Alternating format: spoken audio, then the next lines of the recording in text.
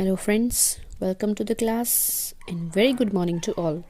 Today we are going to learn new lesson number 8, Rich for the Top, and the chapter's part 1 about Santosh Yadav. So the lesson's first part is about Santosh Yadav. So let's start the lesson. Think for a while and make a list of 3 to 5 person you idolize or admire very much for their achievement. Your idols may be from any sphere of life, sports, medicine, media, or art and culture. Your teacher will then discuss your choice with you to find out who the top 5 idols of your class are. तो यहाँ पर एक ऐसे ही idol के बारे में बात की जा रही है जिनका नाम है संतोष यादव.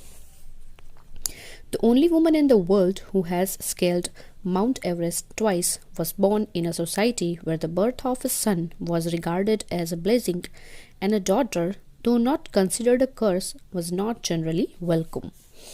एक ऐसी लेडी, एक ऐसी महिला जो पूरे वर्ल्ड में सबसे पहले जिन्होंने माउंट एवरेस्ट पर 2 बार बहुत ही सक्सेसफुली माउंटेनियरिंग किया, जिनका नाम था संतोष यादव. इस लड़की का बॉर्न जहाँ ऐसे कल्चर में हुआ, ऐसी जगह पर इसका बॉर्न हुआ जहाँ पर लड़कों के जन्म को ब्लेसिंग माना जाता था, पर डॉटर के जन्म को यानी कि एक लड़की के जन्म को वहाँ पर भले ही कर्स नहीं माना जाता था, बट उसको वार्म वेलकम भी नहीं मिलता था.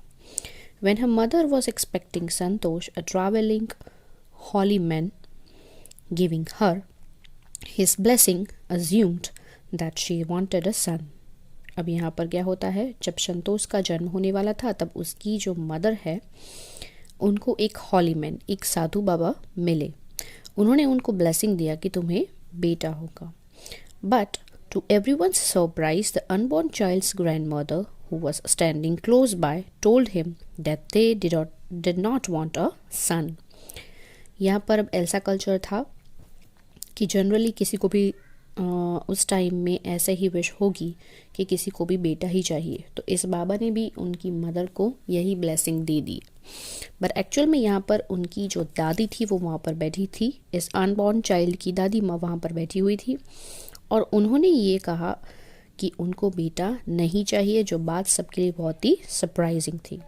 The holy man was also surprised और उस बाबा को ये बात बहुत ही सरप्राइजिंग लगी.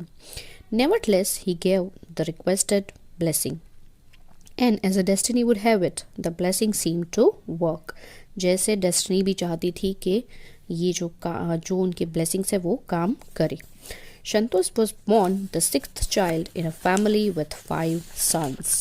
यहाँ पर उसकी दादी ने क्यों ऐसे कहा था कि उसको बेटा नहीं चाहिए, क्योंकि ऑलरेडी उनके 5 बेटे थे और संतोष जो है वो उसकी 6 नंबर की डॉटर हुई थी.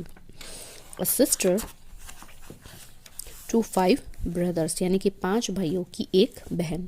She was born in the small village of जोनियावास of Rewari district in Haryana. उनका जन्म हरियाणा के रेवाड़ी डिस्ट्रिक्ट में जोनियावास जैसे छोटे से गांव में उनका जन्म हुआ था. The girl was given the name Santosh, which means contentment. उस लड़की को जो बॉर्न हुई गर्ल, उसको नाम दिया गया था संतोष, मीन्स कंटेंटमेंट या फिर satisfaction. But Santosh was not always content with her place in the traditional way of life. पर जैसे ही उनका नाम था संतोष, अपनी रियल लाइफ में, अपनी ट्रेडिशनल लाइफ में वो बिल्कुल ही अपने नाम की तरह नहीं थी. मतलब उनको बिल्कुल ही संतोष नहीं था इस बात में अपनी ट्रेडिशनल लाइफ को लेकर. She began living life on her own terms from the start. पहले से ही उनको अपने टर्म्स पे, अपनी कंडीशंस पे लाइफ को स्पेंड करने का पहले से ही फ्रॉम द बिगिनिंग वो ऐसे ही उन्होंने अपनी लाइफ स्पेंड की. Where other girls wore traditional Indian dresses, Santosh preferred shorts. अब उनकी ट्रेडिशनल लाइफ को देखें यहाँ पर तो एक झलक दिखाई है कि जब बाकी की जो गांव की लड़कियां हैं वो बहुत ही ट्रेडिशनल ड्रेस पहनती थी, जबकि जो संतोष है वो शॉर्ट्स ही पहनना पसंद करती थी. Looking back she says, now from the very beginning I was quite determined that if I chose a correct and a rational path, the others around me had to change, not me. और पहले से ही उनका यहाँ पर ये मानना है कि अगर शुरुआत से ही वो बहुत ही डिटरमाइंड थी और वो बहुत ही अपने रास्ते पर सही से चलने वाली थी। तो उन्होंने ये बताया कि अगर मैं अपने रास्ते पर सही हूँ या मैंने जो भी चूज़ किया है रास्ता वो करेक्ट है, सही है, तो मेरे जो आसपास के लोग हैं वो अपने आप को बदल ले, क्योंकि मैं नहीं बदलना चाहती। Santosh parents were affluent landlords who could afford to send their children to the best schools, even to the country's capital, New Delhi, which was quite close by. तो यहाँ पर संतोष के जो पेरेंट्स हैं वो बहुत ही अच्छे फैमिली से बिलोंग करते थे। वो लैंड ऑनर्स थे, यानी कि ज़मींदार थे मान लो, और अच्छी खासी उनकी फिनेंशियल कंडीशन थी। पैसे वाली फैमिली से वो बिलोंग करते थे। इतना अच्छा वो अफोर्ड कर सकती थी कि अपने बच्चों को अगर वो चाहे तो कंट्री के कैपिटल न्यू दिल्ली में अपने बच्चों को पढ़ाई के लिए वहाँ पर भेज सकते थे, which was quite close by, but in line with the prevailing custom in the family, Santosh had to make do with the local village school. पर अपनी फैमिली की वजह से और यहाँ के कस्टम्स की वजह से संतोष को उसी गांव के छोटे से स्कूल में पढ़ाई करनी पड़ी। So she decided to fight the custom in her own quiet way when the right moment arrived. So उसने डिसाइड किया कि जब भी ज़िंदगी में मौका मिलेगा तो इस सिस्टम्स के अगेंस्ट में वो ज़रूर कुछ ना कुछ करेगी। And the right moment came when she turned 16। और अब ये राइट मोमेंट आ गया था, ये मौका आ चुका था जब वो 16 साल की हुई। At 16, most of the girls in her village used to get married. Santosh was also under pressure from her parents to do the same. 16 साल की उम्र में उस गांव की ज़्यादातर लड़कियां जो है उनकी शादी हो जाती थी। संतोष के ऊपर भी उसके पेरेंट्स का प्रेशर था कि वो भी शादी कर ले। A marriage as early as that was the last thing on her mind. She threatened her parents that she would never marry if she did not get a proper education. और अब यहाँ पर संतोष के ऊपर भी यही प्रेशर था उसके पेरेंट्स का कि वो भी जल्द से जल्द शादी कर ले, क्योंकि उसकी गांव की बाकी लड़कियों ने भी इस एज में उनकी शादियाँ हो चुकी थी। अब ये प्रेशर की वजह से संतोष ने उसके पेरेंट्स से ये विरोध किया इस बात को लेकर कि अगर उनको प्रॉपर अच्छा एजुकेशन नहीं मिलेगा तो वो लाइफ में कभी भी शादी नहीं करेंगी। She left home and got herself enrolled in a school इन दिल्ली। वो घर छोड़कर चली जाती है और दिल्ली जाकर वहाँ पर एक स्कूल में वो अच्छा सा एडमिशन ले लेती है। When her parents refused to pay for her education, she politely informed them of her plans to earn money by working part-time to pay her school fees. जब उनके पेरेंट्स ने उनको उस स्कूल की फ़ी पे करने से मना कर दिया तब बहुत ही पोलाइट से, बहुत ही आराम से, बहुत ही शांति से उसने अपने पेरेंट्स को ये इन्फॉर्म कर दिया कि अगर उनको फ़ीस के लिए अगर उनके पेरेंट्स उनको पैसे नहीं देंगे तो उसने अपना प्लान बना लिया है कि वो कहीं पे भी पार्ट टाइम जॉब कर लेगी और एटलीस्ट इतने पैसे कमा लेगी, इतने पैसे अर्न कर लेगी जिससे उसकी स्कूल की फ़ी पे हो सके। हर पेरेंट्स देन अग्री टू पे फॉर दर एजुकेशन। और फिर उसके बाद उनके पेरेंट्स जो है वो उनके एजुकेशन की फ़ी पे करने के लिए अग्री हो गए। Wishing always to study a bit more and with her father slowly getting used to her urge for more education. अब धीरे धीरे उसकी आगे जो पढ़ाई करने की विश थी उसको पूरा करने के लिए धीरे धीरे उसके फादर उसको अलाउ कर रहे थे, धीरे धीरे वो उस चीज़ के लिए मान रहे थे, उनको परमिशन दे रहे थे। Santosh passed the high school examination and went to Jaipur. अब यहाँ पर संतोष ने अपना हाई स्कूल जो है वो कंप्लीट कर लिया था, उसके एग्ज़ाम्स क्लियर कर लिए थे और उसके बाद वो आगे पढ़ाई के लिए जयपुर में गई। She joined महारानी college and got a room in a Kasturba hostel. वहाँ पर उन्होंने महारानी कॉलेज में एडमिशन ले लिया और रहने के लिए कस्तूरबा हॉस्टल में एक रूम भी ले लिया। संतोष remember Kasturba hostel faced the Aravalli hills.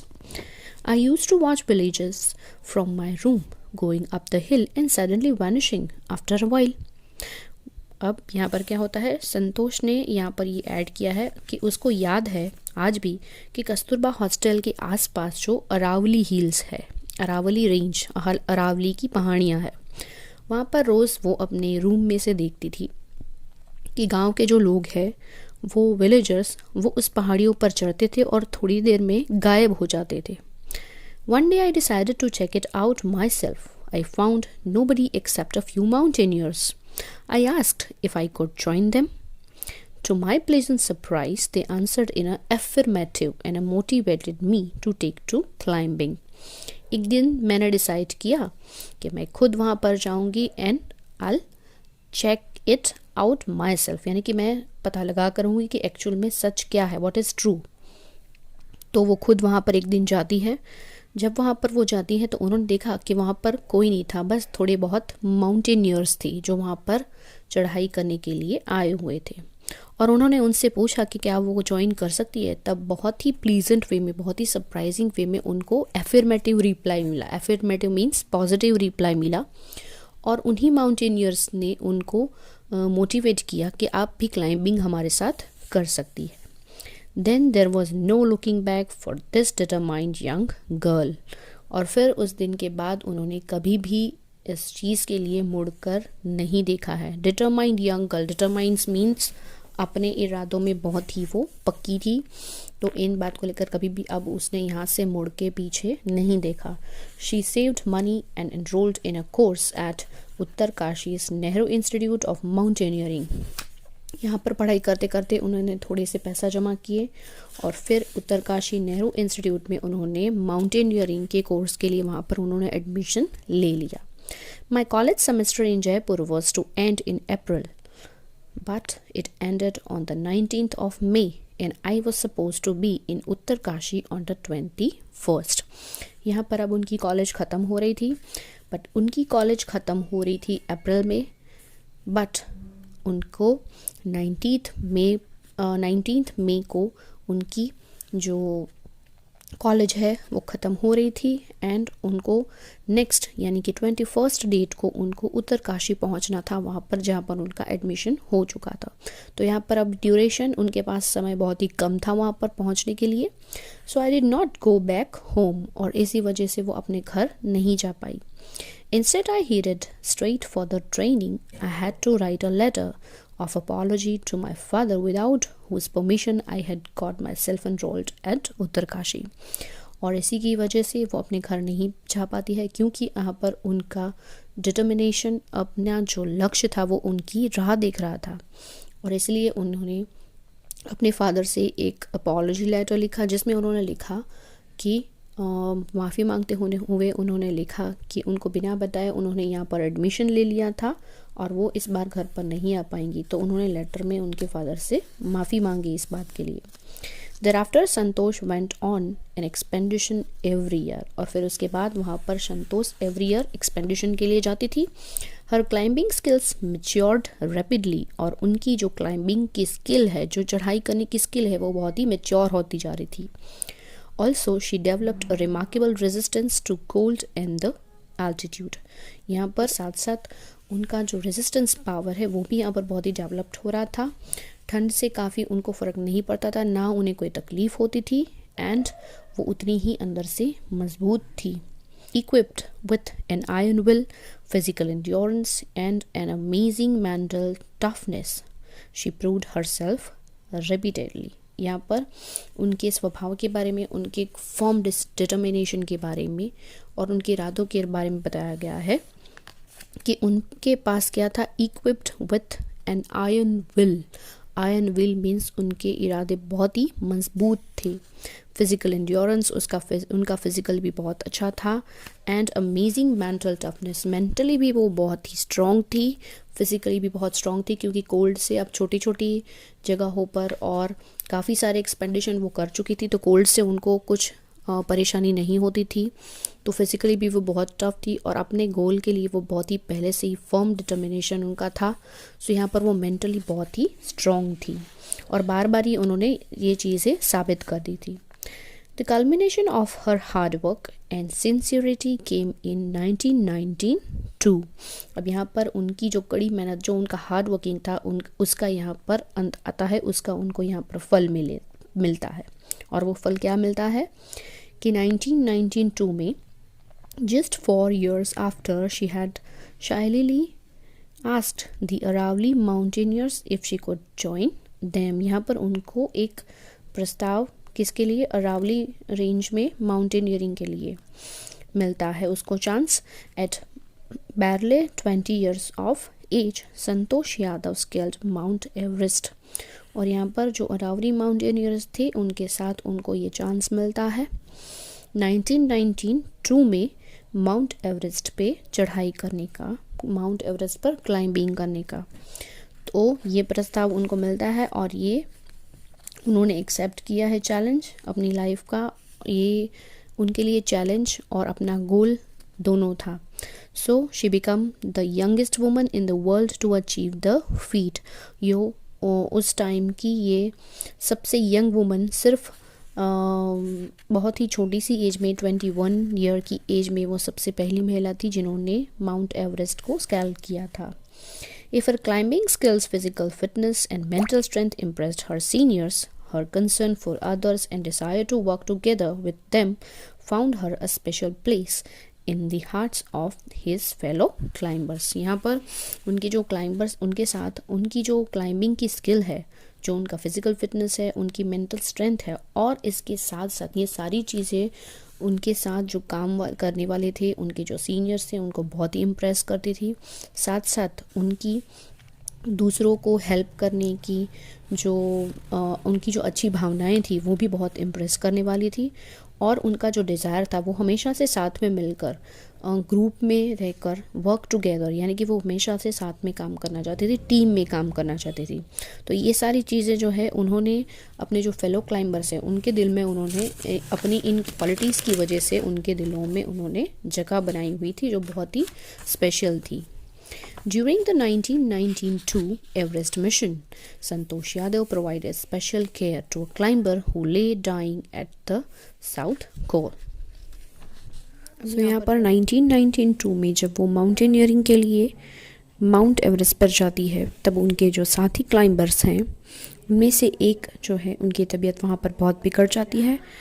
बहुत सारी हेल्प के बावजूद भी संतोष यादव उनको बचा नहीं पाती है एंड ही ले डेड, और वो उनकी वहाँ पर डेथ हो जाती है। She was unfortunately unsuccessful in saving him. However, she managed to save another climber, Mohan Singh, who would have met with the same fate and had she not shared her oxygen with him। 1992 में जब वो Everest mission पर गई तब ये special climber, यानी कि जब उनके साथ एक जो पर्सन थे उनको वो बचाने के लिए उन्होंने बहुत कोशिश की पर वो अनफॉर्चुनेटली उन्हें बचा नहीं पाई। बट हाउएवर कोई बात नहीं, अनदर पर्सन जो उनके साथ थे जिनका नाम था मोहन सिंह, उनकी भी हालत बहुत, उनकी तबीयत बिगड़ गई थी पर अपना ऑक्सीजन उन्होंने उनके साथ शेयर किया और उनकी जान वो बचा पाई। Within 12 months, Santosh found herself a member of an Indo-Nepalese women's expedition that invited her to join them। सिर्फ 12 महीनों के अंदर अंदर संतोष यादव को एक नया एक्सपेडिशन को ज्वाइन करने का मौका मिला, that is Indo Nepalese women expedition. She then scaled the Everest a second time, और इस बार उन्होंने सेकेंड टाइम भी एवरेस्ट को स्केल किया था। Thus setting a record as the only woman to have scaled the Everest twice. ये record उनके खाते में जाता है कि उन्होंने दो बार एवरेस्ट को बहुत ही सफलतापूर्वक उन्होंने क्लियर किया था। And securing for her self in India unique place in the annals of mountaineering. और इसी के साथ साथ उन्होंने इंडिया को, यानी कि हमारे देश को, एक खास जगह माउंटेनियरिंग के फील्ड्स में उन्होंने दिलवाई। In recognition of her achievements the Indian government bestowed upon her one of the nation's top honor, the Padma Shri. और उनके इस अचीवमेंट्स के लिए हमारी इंडियन गवर्नमेंट्स ने उनको बहुत ही टॉप ऑनर का जो खिताब है पद्मश्री उनको दिया गया उनके सम्मान में, उनके अचीवमेंट के लिए। Describing her feelings when she was literally on the top of the world, Santosh has said, "It took some time for the enormity of the moment to sink in. Then I unfurled the Indian tricolor and held it aloft on the roof of the world." वो अपनी feelings को describe करते हुए कहती है कि ये literally देखा जाए on the top of the world, जब वो वहाँ पर पहुँचती है माउंट एवरेस्ट की चोटी पर, तब उनके लिए ये बताना बहुत ही मुश्किल था कि थोड़ी देर के लिए तो उनको विश्वास ही नहीं हो रहा था कि वो कहाँ पर पहुँच गई है, कि उनको उनका गोल हासिल हो गया है। तो ये जो मोमेंट है उनके लिए बहुत ही स्पेशल था, बहुत ही ख़ास था कि वो उसके मुकाम पर पहुंच चुकी है जिनका उन्होंने सपना पहले से देखा था। और वहाँ पर जो उनकी फीलिंग है वो मतलब जैसे बयां ही नहीं कर सकते, इतनी खुशी उनको वहाँ पर मिली। और फिर जो वहाँ पर पहुँच के उन्होंने जो तिरंगा है वो उसको लहराया। जैसे वर्ल्ड के सबसे ऊपर का जो टॉप है वहाँ पर तिरंगा लहराते हुए उनको बहुत ही स्पेशल फीलिंग आ रही थी। The feeling is indescribable. ये एक ऐसी फीलिंग थी जिसको डिस्क्राइब नहीं कर सकते। The Indian flag was flying on the top of the world. और ये फीलिंग उनके लिए बहुत खास थी कि हमारा जो तिरंगा है वो सबसे टॉप पर, वर्ल्ड की जैसे चोटी पर लहरा रहा है। It was truly a spiritual moment. ये बहुत ही स्पिरिचुअल मोमेंट उनके लिए बन चुकी थी। I felt proud as an Indian. और यहाँ पर खड़े रह के ट्राई जो हमारा इंडियन फ्लैग है उसको लहराते हुए उनको ये बहुत ही प्राउड मोमेंट लग रहा था, उनको बहुत ही प्राउड फील हो रहा था as an Indian person. Also a fervent environmentalist Santosh collected and brought down 500 kilogram of garbage from the Himalayan। और इसके साथ साथ वो बहुत ही एक अच्छा काम उन्होंने यहाँ पर किया था। माउंटेन तो उन्होंने क्लाइंब कर लिया, यहाँ पर माउंट एवरेस्ट भी उन्होंने स्कैल कर दिया, पर इसके साथ साथ एक एनवायरमेंटलिस्ट होने के नाते वो पूरे हिमालय से जब वो आई तब वो 500 किलो गार्बेज, जो भी कचरा लोग वहाँ पर करके आते हैं, वो सब वो ऊपर से नीचे लाई। यहाँ पर एक जवाबदार नागरिक होने के नाते और एनवायरनमेंट के प्रति उनकी ये जो अच्छी भावनाएं थी, ये भी यहाँ पर प्रतीत होता है कि उन्होंने ये जो भी गार्बेज कलेक्ट करके नीचे लाना, ये भी बहुत बड़ी बात है। क्योंकि सिर्फ क्लाइंबिंग करने के साथ साथ उन्होंने एक और अचीवमेंट भी देखने जाए तो यहाँ पर उन्होंने हासिल किया है, that is a true environmentalist. अपनी जो ड्यूटी है वो उन्होंने बहुत ही बखूबी से यहाँ पर निभाई है। एक अच्छी क्लाइंबर होने के साथ साथ एक फर्म डिटर्मिनेशन के साथ यहाँ पर ये हमारे लिए एक रोल मॉडल या फिर आइडल है हमारे लिए। इनसे हमें हमारी लाइफ में प्रेरणा मिलती है आगे बढ़ने की, अपने गोल को सेट करने की और ये डिसाइड करने की कि लाइफ में आगे बढ़ने के लिए रुकावटों का कैसे सामना कर सकते हैं, अपने गोल को सेट करके उस पर कैसे हमें फर्म रहना है और आप कैसे आगे बढ़ सकते हो। यहाँ पर आप बहुत अच्छा ये एक एग्जाम्पल है हमारे लिए। So here we are and our lesson. I hope you enjoy it. Thank you.